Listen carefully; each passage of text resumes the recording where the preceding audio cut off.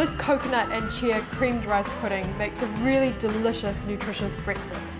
You might have not thought of having rice pudding for breakfast before, but it makes a great breakfast. It's a really good alternative to porridge, and you can make it the night before so that when you wake up in the morning, all you have to do is go to the fridge and it's ready to eat.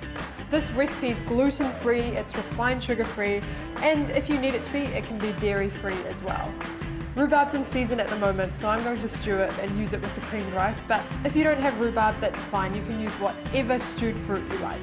So all you have to do to make this creamed rice is set your oven at 160 degrees Celsius. So you need half a cup of short grain rice, and it has to be short grain rice. You can't use long grain rice. Short grain rice has got the right amount of starch to make the pudding nice and thick. Then we need some chia seeds, about 2 to 3 tablespoons, about 2 cups of coconut milk, and 3 cups of milk. So here you can use normal cow's milk if you're not dairy intolerant, but if you do want to keep it dairy free, you could use almond milk or soy milk, any other dairy free milk. And for a bit of extra flavour, you can always throw in a cinnamon stick. Stir it all together, and then it needs to go into the oven for about an hour and a half. The pudding's in the oven, so let's stew the rhubarb. I need about 400 to 500 grams of rhubarb stalks. Just chop them up and put them in a pot.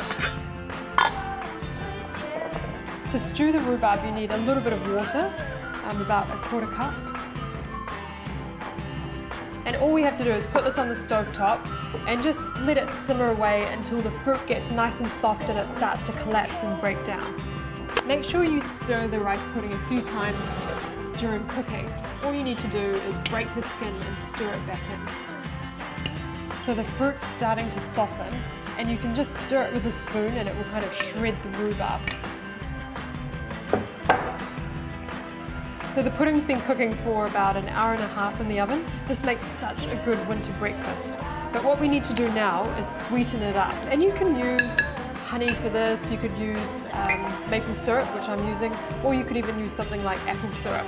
I think about 2 to 3 tablespoons is about right, but just add some, taste it, and then you can add a little bit more sweetness if you like. And the rhubarb's almost ready, and we need to sweeten the rhubarb as well. So a bit of maple syrup goes in there. And if you like, you can always add some ground cinnamon too.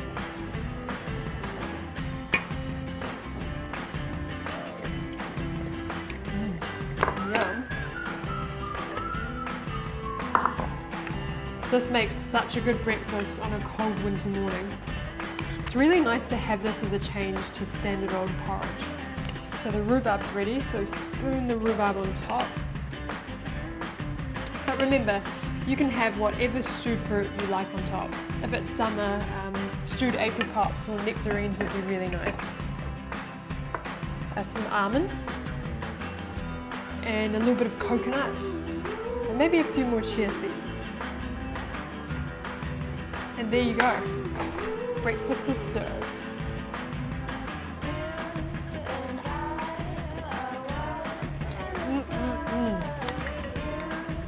That's delicious.